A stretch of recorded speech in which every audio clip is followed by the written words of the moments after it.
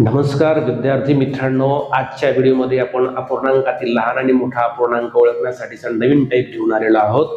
चॅनलवर नवीन असाल तर चॅनलला सबस्क्राईब नक्की करा.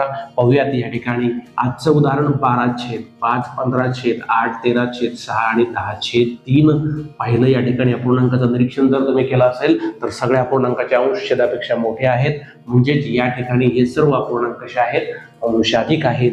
अंश आणि छेद मधला फरक या ठिकाणी जर काढला आपण तर या ठिकाणी 7 आणि 5, 12 म्हणजे इथं 7चा फरक आहे. इथं पण 8 आणि 7 15, या ठिकाणी 6 आणि 7 13, या ठिकाणी 3 आणि 7 10. प्रत्येक अपूर्णांकाचा अंश आणि छेद यातला फरक समान आहे. मग त्यावेळेस लहान आणि मोठा अपूर्णांक कसा ओळखायचा, लक्षात घ्या व्यवस्थितपणे. सगळ्यात लहान अंश आणि लहान छेद असणारा अपूर्णांक हा सगळ्यात मोठा असतो. या ठिकाणी लक्षात घ्या, मोठा अपूर्णांक कोणता असतो, सगळ्यात लहान अंश आणि सगळ्यात लहान छेद असणारा हा सगळ्यात लहान असतो.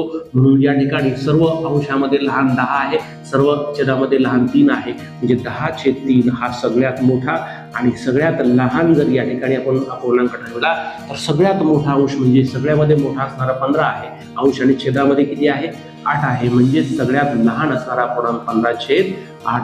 लक्षात घ्या, सगळ्यात लहान अंश आणि लहान छेद असेल तर तो सगळ्यात मोठा, सगळ्यात मोठा अंश आणि मोठा छेद असणारा सगळ्यात लहान असतो. या ट्रिकचं उदाहरण या ठिकाणी सोडवा.